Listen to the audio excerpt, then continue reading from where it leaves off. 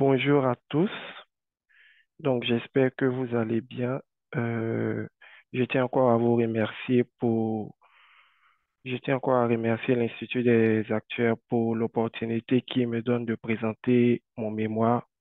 Je tiens aussi à dire merci à toutes ces personnes qui viennent assister à la présentation de mon travail que j'ai eu effectué au cours de mon alternance.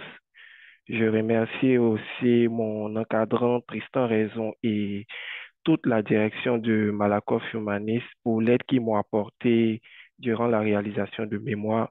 Je tiens aussi à remercier l'entreprise dans laquelle je suis actuellement, Actualis Conseil. Voilà, donc je vais débuter mon mémoire, la présentation du mémoire. Donc le mémoire que j'aurai l'opportunité de présenter s'intitule Une méthodologie de rolling obligataire en contexte de hausse des taux. Donc, ce qu'il faut savoir, c'est que ce mémoire a été réalisé dans le courant de septembre 2022 à septembre 2023. Voilà. Donc, ce que nous savons, c'est que la quête de rendement est un sujet incontournable au niveau des assurances, donc notamment au niveau des assurances vie. Et pendant le deuxième semestre de l'année 2022, le monde a connu une hausse des taux, voilà, qui a engendré un impact au niveau des fonds propres. Donc, à cela, les assureurs réfléchissaient à plusieurs méthodes pour pouvoir réduire cette instabilité au niveau des fonds propres. Et une idée nous venait à l'esprit, c'est d'utiliser le gap de duration. Donc, le gap de duration, pour ainsi dire, c'est la différence entre la duration de l'actif et la duration du passif.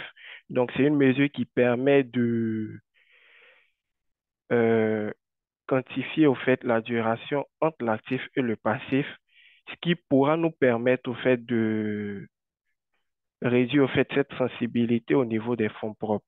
Donc, euh, voulant lier la recherche de rendement et la réduction du risque des fonds propres dans un contexte de taux instable, une idée nous est venue, une question s'est posée à nous. Donc, c'était la suivante. Comment continuer la quête perpétuelle du rendement chez les assureurs tout en limitant les, tout en limitant la volatilité des fonds propres? Donc, nous avons songé à une stratégie appelée rolling obligataire que j'aurai à présenter durant voilà, toute cette présentation. Voilà. Donc, la présentation va se dérouler selon le modèle suivant. Donc, je vais débuter d'abord par présenter l'entité assurantielle. Ensuite, je vais décrire la stratégie de rolling obligataire, passer à une présentation plus ou moins simplifiée du modèle ALM et des indicateurs financiers. Par la suite, je ferai une analyse des résultats et des différents impacts. Je passerai aux tests de sensibilité. Ensuite, je parlerai des limites et des différentes ouvertures sur le sujet. Voilà. Donc, ce qu'il faut savoir, c'est que dans le cadre de cette étude, j'ai eu à travailler sur une entité assurantielle qui est constituée de manière prépondérante de garantie épargne-retraite.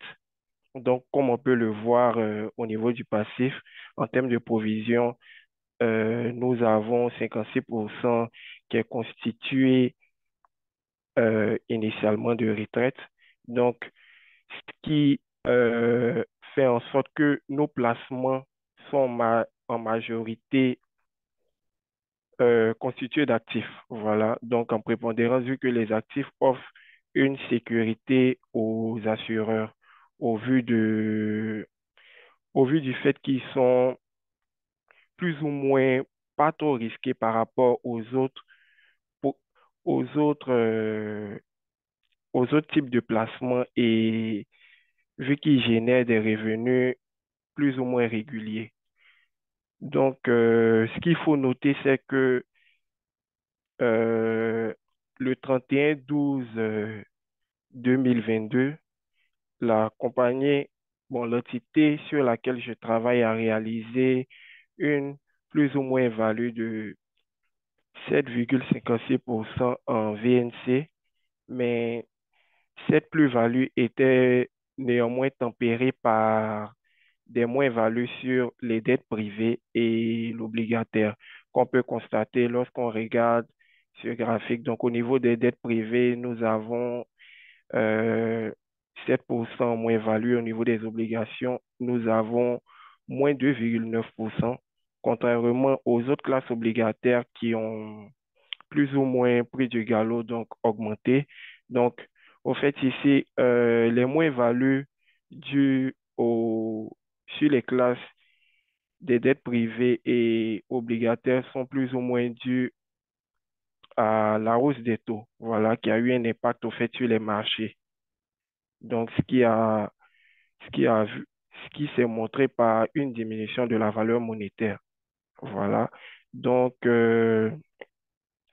face au lien de la notion obligataire, nous avons entrepris une petite analyse de notre portefeuille obligataire. Voilà. Euh, donc ici, il faut noter que le portefeuille obligataire de l'entité assurantielle est en majorité constitué d'obligations gouvernementales parce qu'elles sont plus ou moins risquées, parce qu'elles sont pas très risquées et voilà, elles fournissent une sécurité contrairement aux obligations corporatives. Donc, en analysant de manière plus fine, nous remarquons que les obligations d'État euh, possédées par l'entité assurantielle sont majoritairement constituées d'obligations européennes, comme on peut le voir ici, et la France a en prépondérance voilà, 60% au fait des obligations d'État. Donc, lorsqu'on bascule au niveau des obligations d'entreprise, nous voyons que ces obligations sont plus ou moins notées entre le A et le triple B, mais on peut voir aussi que nous avons voilà, des obligations non ratées et des obligations à haut rendement. Donc, au fait, ce panier qui est diversifié nous montre que notre portefeuille obligataire d'entreprise, voilà, génère au fait beaucoup, beaucoup plus de taux de rendement.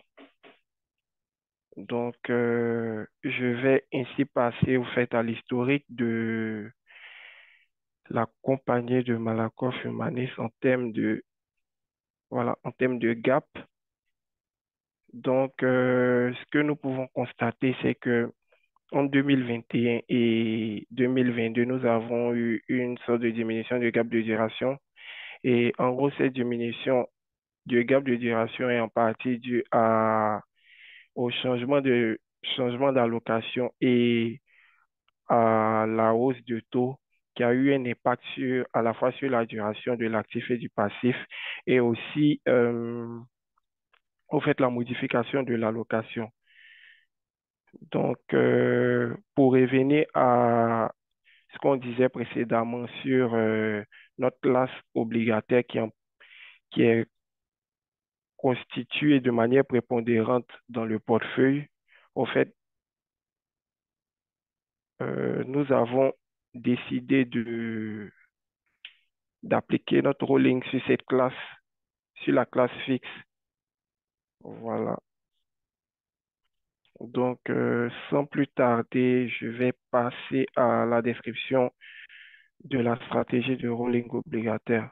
Donc, le rolling obligataire est une stratégie qui consiste à vendre des actifs afin de dégager des ressources financières pour ensuite acheter de nouveaux actifs. Donc, au fait, ce qui est fait, c'est que lorsque nous vendons, voilà, les actifs ici sont des obligations. Donc, lorsque nous vendons des obligations, nous, nous vendons des obligations qui ont un faible taux de rendement comptable. Voilà, et ensuite on dégage un revenu pour acheter des obligations qui ont un rendement comptable élevé et une duration plus ou moins grande afin d'augmenter le taux de rendement de l'entité assurantielle, le taux de rendement comptable et par la suite fermer le gap de duration. Donc, au fait, c'est ce que présente ce graphique. Donc, on a notre base d'actifs initiale, donc, l'opération de vente, comme mentionné ici, donc on fait une vente d'obligations générant du faible taux de rendement par optimisation. Voilà, donc lorsque nous avons effectué la vente, nous avons une ressource financière, donc de l'argent, et on passe à une base réduite qui est la base d'actifs post-vente. Ensuite, on effectue des achats, voilà, d'obligations de meilleure qualité et de rendement de taux plus importants avec des durations plus élevées. Et on a une base qui est grandie, voilà, qui est la base d'actifs post-achat. Donc, ici, je vais, voilà, comme je vous l'ai dit précédemment, nous avons deux opérations, donc l'opération de vente et l'opération d'achat. Donc, au niveau de l'opération de vente, nous avons deux contraintes. Voilà, parce que vu que l'opération de vente est un problème d'optimisation NP complet, semblable au problème du sac à dos et le problème du voyageur du commerce, dans le but de réduire le scope de solution, nous avons entrepris euh, nous avons entrepris une sélection, en fait, de, une sélection de bases vendables. Donc, cette sélection se fait par le choix, en choisissant deux métriques qui vont nous permettre de réduire, au fait, notre base d'obligations vendables. Donc, on a ici défini euh, un taux de coupon. Donc, au fait, on a défini un taux de coupon. Donc, l'idée est, l'idée est la suivante. On définit un taux de coupon et toute obligation que nous allons prendre qui sera en dessous du taux de coupon qu'on aura défini sera défini comme une obligation vendable. Donc, pourquoi nous avons pris le taux de coupon? Nous avons pris le taux de coupon parce que, étant dans un portefeuille obligataire, il représente en fait le rendement de l'obligation en fait dans ce portefeuille. Donc, on a défini aussi le choix de la duration parce qu'elle nous permet de mesurer la perte ou le gain en fonction de la variation, en fonction de la variation de taux. Voilà. Donc, en effectuant, en fait, ces deux, ces deux métriques de sélection, on passe, au fait, à un scope d'obligations vendables qui est représenté ici. Donc là, on a le scope d'obligations non vendables qui est en bleu. On a les obligations vendables et on a les autres actifs. Donc, au niveau de l'opération d'achat. Donc, voilà, vu que nous, en termes d'obligations d'achat, vu que nous avons la possibilité d'acheter plusieurs obligations, nous avons défini un scope qui nous permet de ne pas être trop, voilà, trop, trop perturbé. Donc, nous avons défini d'acheter les obligations sur le marché primaire. Voilà. Parce que vu que les taux sont en hausse, l'entrée de nouveaux agents, les nouveaux agents seront obligés de vendre à des taux d'intérêt plus élevés. Et nous avons entrepris des obligations de notation triple A, double A, triple B et A.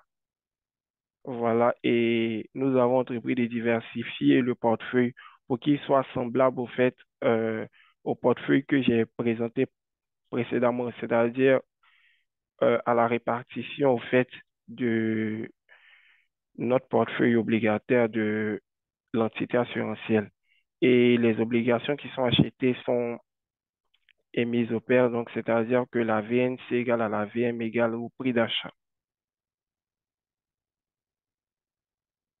Voilà. Donc ici, on passe maintenant aux contraintes d'optimisation. Les contraintes précédentes que j'avais présentées, c'était des contraintes de sélection qui visaient à réduire au fait le scope d'ob- le scope d'obligations vendables et le scope d'obligations achetables. Mais à ce niveau, je viens parler au fait des contraintes d'optimisation. Donc, les contraintes d'optimisation permettent au fait de définir au fait le panier d'obligations qui me restera à la fin, tant au niveau de la vente et au niveau de l'achat. Donc, au niveau de la vente, comme outil comme outil pour les contraintes d'optimisation au niveau de la vente, on a le taux de vente. Voilà, donc c'est le taux que la compagnie a spécifié pour la vente au fait. On a les réserves de capitalisation qui constituent un matelas de confort au fait pour la compagnie. Maintenant, au niveau de l'opération d'achat, nous avons aussi le taux de vente. Donc, le taux de vente ici, c'est en gros une contrainte qui est en partie liée à l'opération de vente parce que c'est le montant qui sera perçu lors de la vente qu'on utilisera pour acheter des obligations. Et la deuxième contrainte d'optimisation au niveau de l'opération d'achat est la contrainte de diversification. Euh, voilà. Donc, pour réaliser l'opération de vente, nous avons qu'il y a un problème de d'optimisation. Nous avons entrepris d'utiliser deux méthodes, notamment la méthode dite epsilon contrainte et la méthode dite de pondération, qui permettent tous deux de transformer un problème multi-objectif en un problème mono-objectif, voilà, mais qui ne sont pas présentés de manière euh, dont le programme d'optimisation n'est pas le même. Donc, on pourra revenir là-dessus à la fin de la présentation pour vous présenter le formalisme mathématique des deux méthodes. Voilà. Donc, maintenant, je vais vous présenter au fait l'une des difficultés que nous avons eues lors de la vente parce que nous avons fait face à un paradoxe entre entre la solution mathématique et la solution financière. Voilà. Donc, au fait, pour vous expliquer de manière plus simple, je vais prendre un exemple. Donc, ici, on peut voir là que nous avons un portefeuille avec avec les différentes métriques, notamment le TRA, la VNC, la VM, la duration et le rating.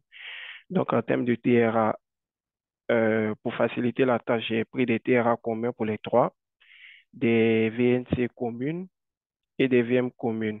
Mais notamment au niveau des durations, voilà, je les ai différenciés en prenant une duration de 2 pour le premier, de 5 pour la deuxième obligation et de 3 pour la dernière. En termes de rating, j'ai entrepris voilà, de prendre un rating de A pour la première obligation et de triple B pour les deux dernières. Donc, en utilisant un algorithme que j'ai mis en place, bon, que j'ai mis en place pour la vente qui s'appelle Branch and Bound, on trouve trois résultats. Voilà, parce que ici, en fait, je cherche à vendre un portefeuille, un portefeuille qui génère un faible taux de rendement comptable. Voilà, mais je cherche à vendre deux tiers de mon portefeuille générant un faible taux de rendement comptable, en fait. Donc, ce qui se passe, c'est que j'ai le choix entre trois portefeuilles vendables. Donc ici, les deux tiers représentent 200 euros. Bon, 200 000 euros. 200 000 euros. Donc, au fait, j'ai la possibilité de prendre l'obligation, la première obligation et la deuxième obligation.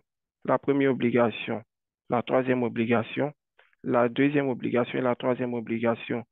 Mais au fait, si on analyse bien, on verra que si on prend la première obligation, on vendra au fait euh, une obligation qui a un rating élevé.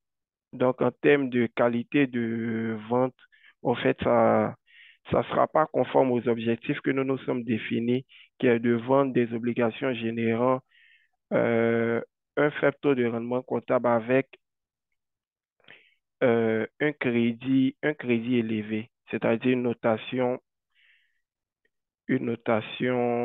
en termes de rating qui est, voilà, qui est de l'ordre de triple B et de triple B de C qui est, bon, très faible au fait. Donc, pour pouvoir pallier au fait à ce paradoxe, nous avons, nous avons défini au fait des métriques pour nous affranchir au fait du problème purement mathématique. Donc, on a défini les métriques comparatives qui sont les suivantes. Donc, le taux de rendement actuariel moyen. Donc, en définissant ce taux de rendement actuariel moyen, l'intérêt sera porté sur le portefeuille ayant le plus petit taux de rendement actuariel. La duration moyenne pondérée. Voilà, comme deuxième instrument de comparaison, le score de notation. Donc ici, l'intérêt sera porté sur le portefeuille qui donne un score de notation plus élevé. Donc c'est dans le cas de la vente, vu que nous voulons vendre des obligations qui ont un faible taux de rendement comptable avec un niveau de crédit dégradé au fait, il serait plus avantageux pour nous de vendre des obligations avec un score de notation plus élevé parce que nous savons que plus le score de notation est élevé, plus euh, en termes de qualité de notation, au fait, l'obligation a une qualité de notation faible. Donc, on a aussi défini le choix du crédit default swap, donc le CDS, qui est une sorte d'assurance pour les obligations. Donc, l'interprétation est similaire à celle du score de notation. Donc, ici, au fait, le choix, dans le cas de la vente, sera porté sur le portefeuille obligataire générant un montant de CDS très élevé. Voilà, donc, juste pour rappel, est-ce que le score de notation de l'entité assurantielle est de 1,37? Voilà. Donc, au niveau de l'achat, euh, nous avons aussi eu un petit paradoxe, mais j'ai parlé de ça tout de suite, mais je vais en revenir. Donc ici, on a au fait un gap, une inversion en fait entre le rendement et l'échelon de crédit. Donc ce qu'il faut constater, c'est que plus le rendement est élevé, plus l'échelon de crédit est faible. Donc, dans l'objectif que nous avons entrepris au niveau de l'achat, qui est d'avoir un grand rendement, nous pouvons pas avoir un grand rendement en nous procurant beaucoup plus de risques. Donc, pour pouvoir pallier au fait à cela, nous avons envisagé de répliquer les mêmes caractéristiques de notre portefeuille. Donc, au fait, j'ai présenté les différentes caractéristiques là. Voilà. Donc, en termes d'obligations gouvernementales, nous allons prendre plus de 70. Obligations d'entreprise, moins de 30%. Au niveau des obligations d'entreprise, nous avons opté pour prendre des obligations du secteur financier, du non financier. Et voilà, au niveau de ces deux secteurs, nous avons décidé de prendre voilà, plus de 40% d'obligations notées A. Voilà. Donc, sans plus tarder, je vais passer à la description du modèle ALM et des différents indicateurs financiers. Donc, ce qu'il faut savoir, c'est que le modèle ALM du Malakoff Humanis vise à donner une perspective future des, de, voilà, de la situation future de l'entreprise et de celle de ses entités. Voilà, donc le modèle ALM de Malakoff Humanis est constitué euh, voilà, d'une base d'actifs, avec différentes hypothèses et une base de passif avec les provisions et des hypothèses, notamment des tables donnant sur les rachats et voilà, des tables sur l'adhésion des nouveaux entrants. Donc, ce qu'il faut savoir, c'est que le processus du modèle ALM se fait en deux étapes. Donc, il y a un vieillissement qui consiste à projeter les bases actives et on a l'étape de rebalancement qui est constituée de deux méthodes, de deux parties. Donc, on a la vente et l'achat. Voilà, donc de manière globale, c'est comme ça, de manière tout simple que le modèle de Malakoff Humanis fonctionne sans l'utilisation du rolling. Donc, l'apport de ma méthode viendra uniquement au niveau de l'input. Donc, au niveau de l'input, nous avons notre base d'actifs. Donc, au fait, je vais effectuer un travail sur la base d'actifs, c'est-à-dire sur l'input au tout début. Donc, au fait, la base d'actifs que je vais obtenir sera différente de la base d'actifs que celle présentée lorsqu'il n'y avait pas de rolling. Mais les méthodes suivantes seront les mêmes, c'est-à-dire le vieillissement et le rebalancement seront pareils au fait. Donc, je vais maintenant passer à la, la présentation des indicateurs sur lesquels je vais effectuer mes analyses. Donc ici, j'ai défini comme indicateur le solde de trésorerie qui nous permettra de mesurer au fait la santé financière de l'entreprise, la marge financière et le SIMH pour identifier le coût au fait de l'opération de rolling obligataire. Donc, pour la quatrième partie, je vais passer à l'analyse des résultats et des impacts. Donc, voilà. Donc,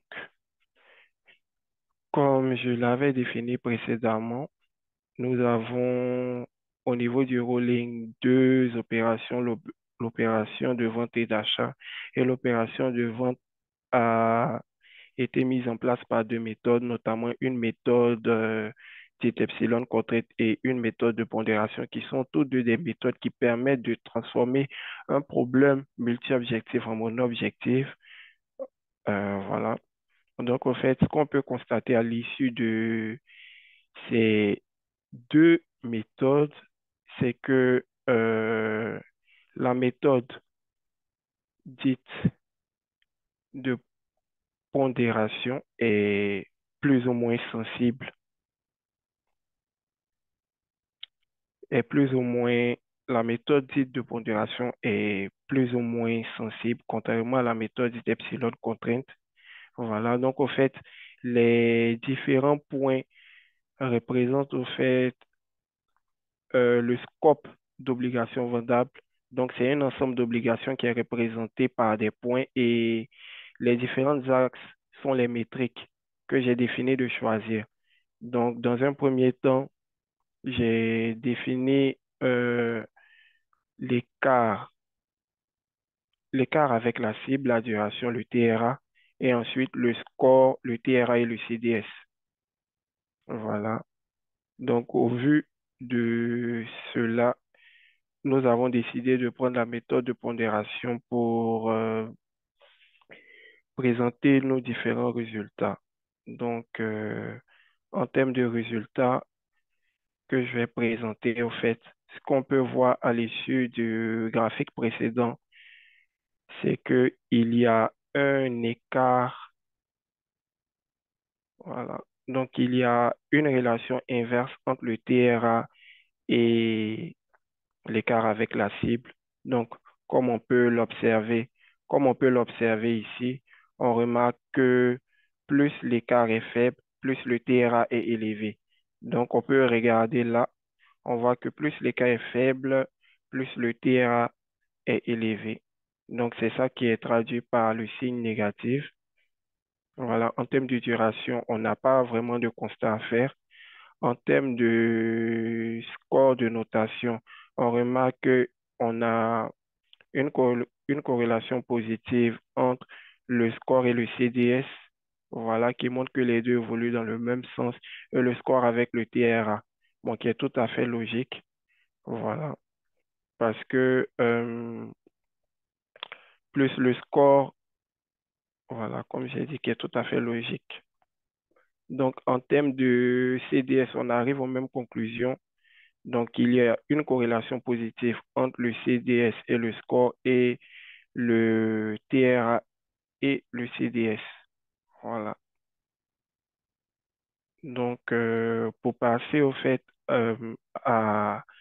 au résultat du rolling obligataire, donc nous avons les deux différentes opérations, l'opération de vente et l'opération d'achat. En termes d'opération de vente, on voit ici les différentes caractéristiques. Donc, les caractéristiques majeures, donc nous avons le TRA qui est de 0,5%. Donc, ça suppose que nous avons vendu 0,5% de TRA. En termes d'écart avec la cible, voilà, il est resté 0,8 millions. En termes de score, 2. En termes de duration vendue, 4,36. En termes de CDS, 46,22 millions. En termes de réserve de capitalisation, 40,60%.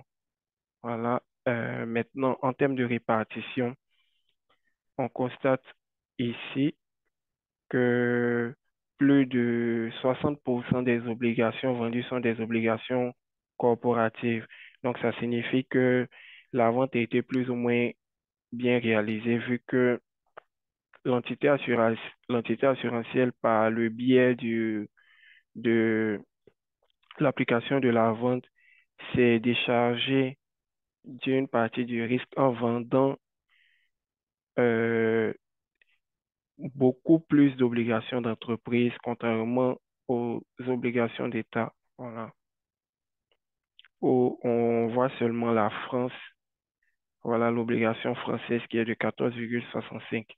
Donc, en termes de répartition, de duration de portefeuille vendu, on remarque que la plupart des obligations vendues se situent entre 0 et 5%.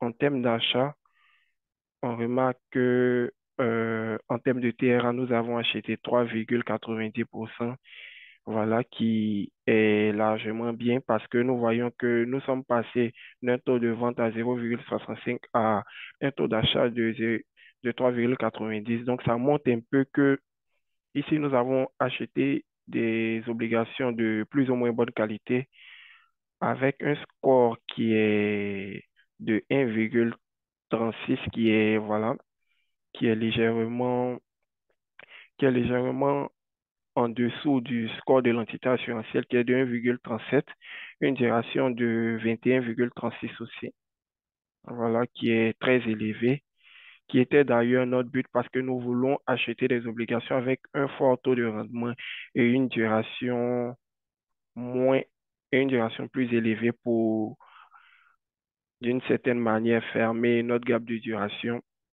et augmenter le taux de rendement comptable. Donc, en termes d'obligations, nous avons acheté des 20 et 30 ans. Voilà. Et ici, euh, nous avons plus investi sur des obligations. Nous avons plus investi sur des obligations sur des obligations d'État. Donc là, on peut constater par le fait que Ici, la France est 70%. Voilà. Donc, ça montre aussi la solidité, au fait, de l'opération d'achat à ce niveau.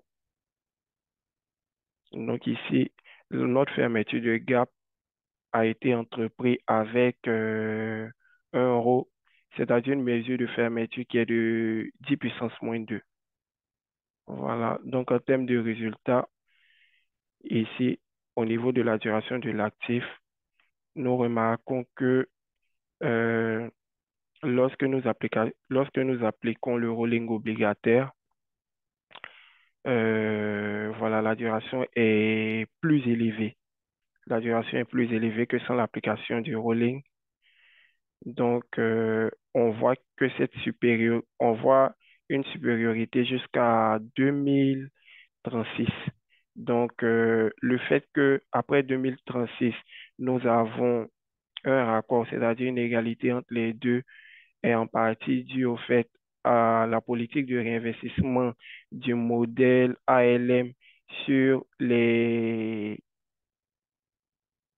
OAT 10 ans. C'est-à-dire que lorsque nous avons des tombées en nomine, les tombées, les tombées des obligations, nous les réinvestissons directement sur l'OAT 10 ans. Voilà. Et au fait, une autre explication pour un raccord rapide aussi, c'est le vente d'obligations le plus, la vente a été plus réalisée au fait sur des obligations à court terme. Donc, c'est ce qui a réalisé un raccord rapide. Donc, pour basculer au fait au niveau des taux de rendement comptable, on remarque que euh, le, le TRC obligataire avec rolling est supérieur au TRC obligataire sans rolling. Ici aussi jusqu'à 2036 pour les mêmes raisons à cause de la politique de réinvestissement sur les OAT 10 ans des tombées en nominaux et et de la vente des obligations à très court terme, c'est-à-dire entre 0 et 5 ans. Donc, ça favorise au fait le croisement d'une certaine manière en 2036.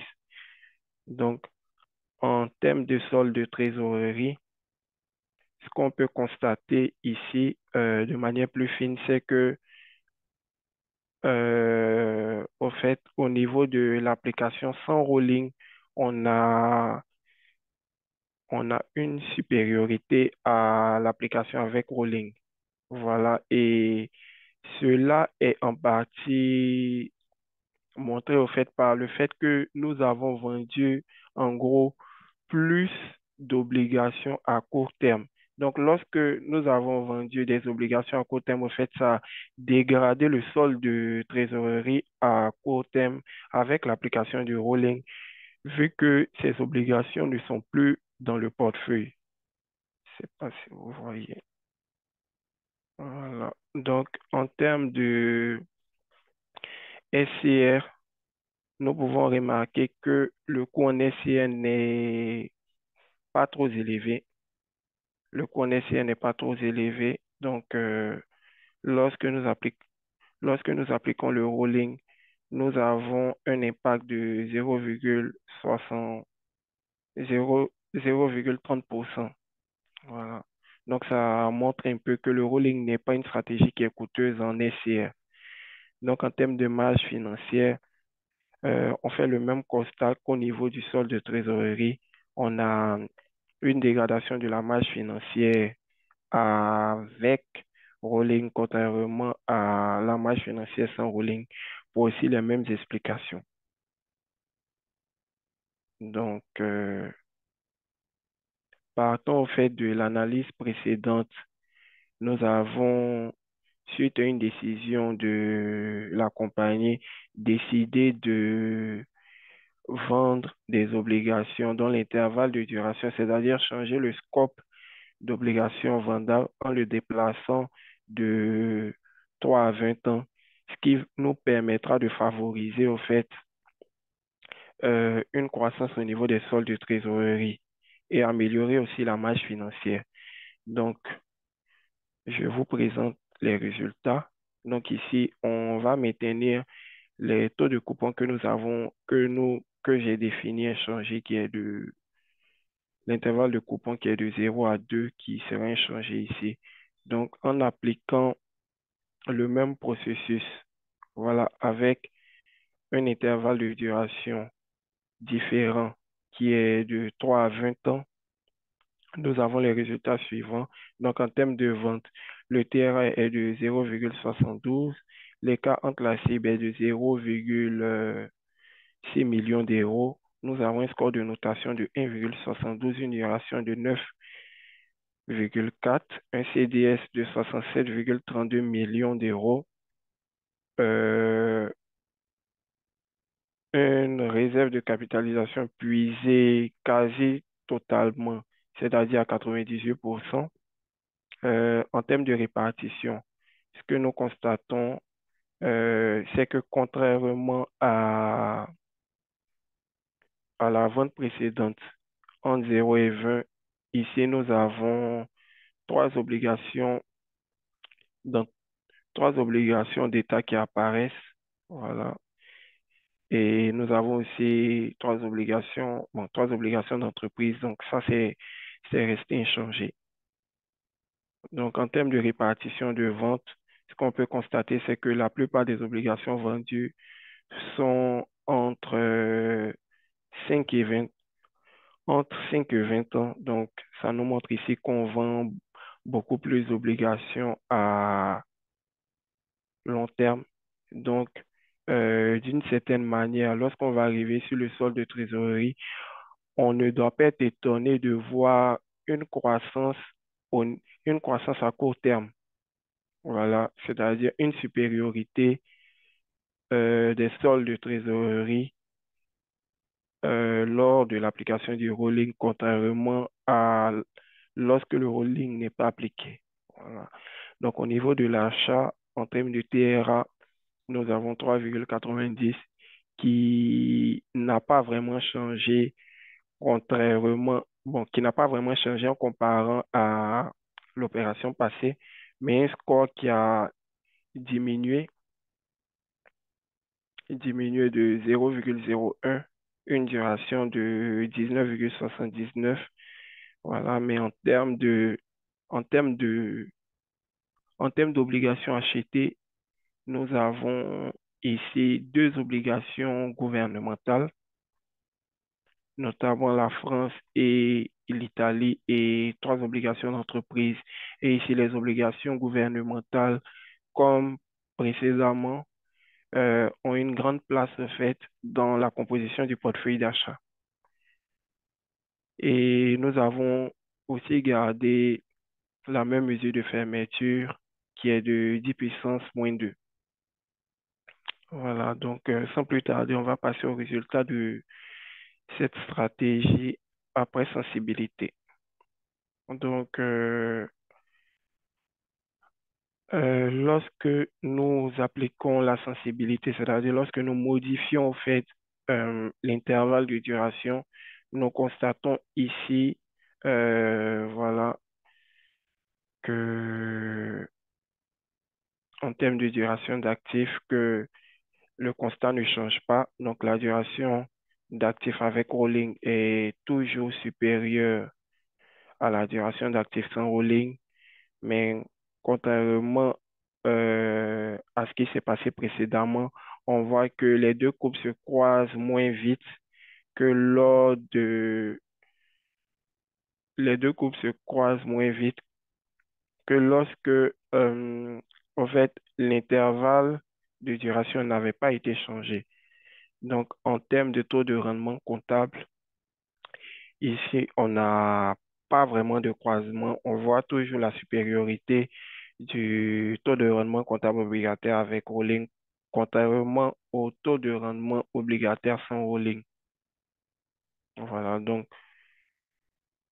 cela est en partie dû au fait que nous avons vendu des obligations à long terme et nous les avons remplacées par des obligations à long terme. Donc, en fait, ça n'a pas eu le même effet que ce qui était fait précédemment, parce que précédemment, ce qu'on faisait, c'est que nous vendons des obligations à court terme pour pouvoir en racheter de long terme. Voilà. Donc, au niveau du solde de trésorerie, comme je le disais euh, dans la slide précédente, la vente à long terme a favorisé au fait l'augmentation du solde de trésorerie avec rolling, contrairement à l'application sans rolling, où on voit que le solde de trésorerie est plus ou moins, bon, n'est- est plus ou moins élevé que avec l'application du rolling. Donc, on peut se fier à ce graphe où le flux d'actifs avec rolling est en jaune et le flux d'actifs sans rolling est en vert. Voilà.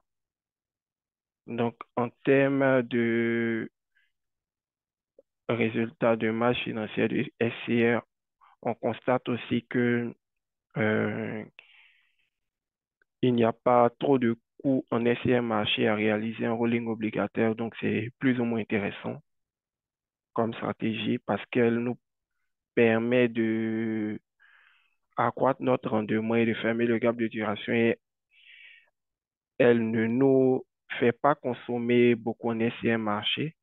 En termes de marge financière, on constate que l'application du rolling obligataire est voilà, supérieure ou égale. Donc, lorsque je dis supérieur ou égal, il y a des dates où, à minima, les deux marges financières sont égales et il y a des dates où la marge financière avec rolling est supérieure.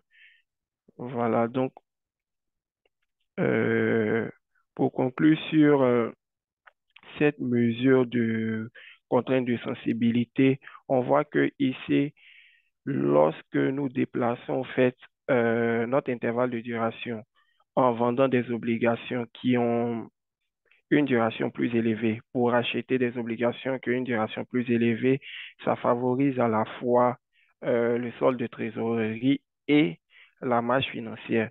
Donc, voilà, c'est quelque chose de quand même pertinent dans cette étude et aussi, ça ne nous fait pas vraiment consommer en essai marché. Voilà, en termes de scénario, voilà ce qu'il faut noter et que j'ai pas dit au niveau de la présentation du modèle, c'est que le modèle ALM de Malakoff humaniste a deux scénarios. Voilà, parce que c'est un modèle déterministe, donc il a un scénario central et un scénario adverse. Donc, pour voir l'effet du rolling sur ces scénarios, nous avons entrepris aussi une analyse de sensibilité en regardant le rolling sous le prisme de, voilà, de la location adverse. Donc, lorsqu'on utilise la location adverse avec rolling, on voit ici que euh, le, le, la marge financière est non nulle, non nulle et surtout les éléments. Lorsqu'on observe, on voit que les marges financières sont toutes positives, contrairement à lorsque nous appliquons la marge financière sans rolling, où nous pouvons constater qu'en 2028, nous avons voilà, l'apparition d'une valeur négative. Voilà. Et lorsqu'on fait la comparaison, on voit que lorsque nous testons notre rolling sur le scénario adverse, nous avons des valeurs positives sur toute la durée de projection, contrairement et supérieure à lorsque nous appliquons pas le rolling. Voilà.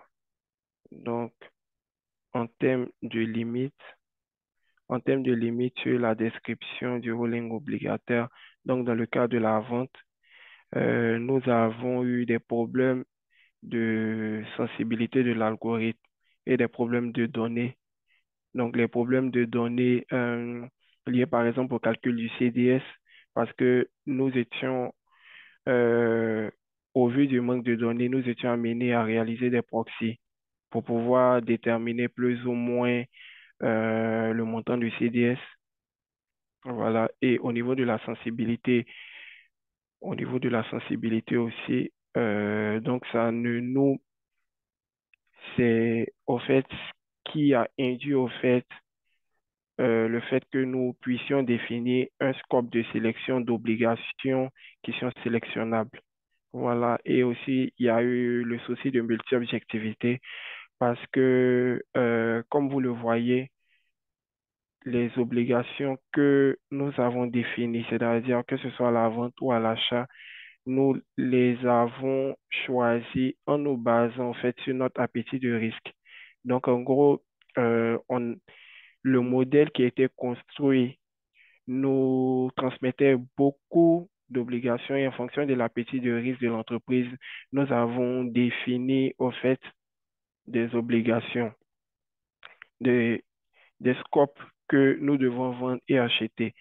Mais il aurait été plus avantageux pour nous de plus ou moins utiliser des algorithmes qui permettaient de mettre en phase au fait toutes les métriques comparatives que j'ai précédemment définies qui nous permettaient de juger notre appétit de risque et choisir le scope d'obligations vendables et achetables.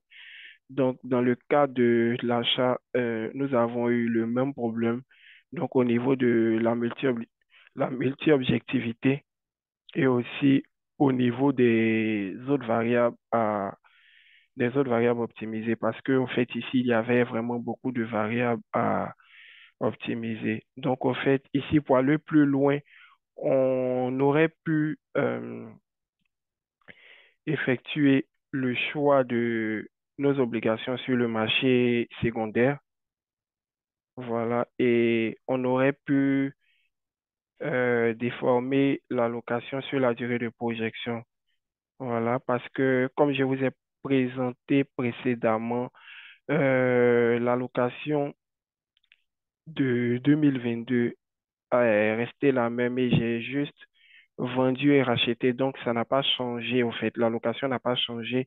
C'est juste qu'il y a eu un recyclage, au fait, du portefeuille obligataire pour pouvoir nous permettre de résoudre, au fait, le problème lié au rendement et à la volatilité au niveau des fonds propres. Voilà. Donc, en termes de conclusion, voilà.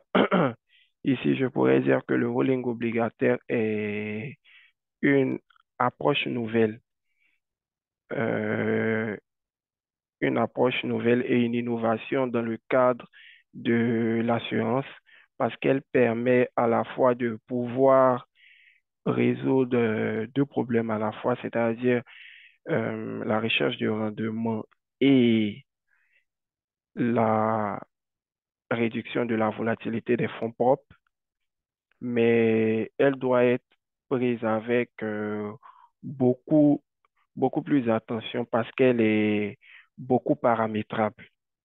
Voilà, donc je vous remercie pour ma présentation.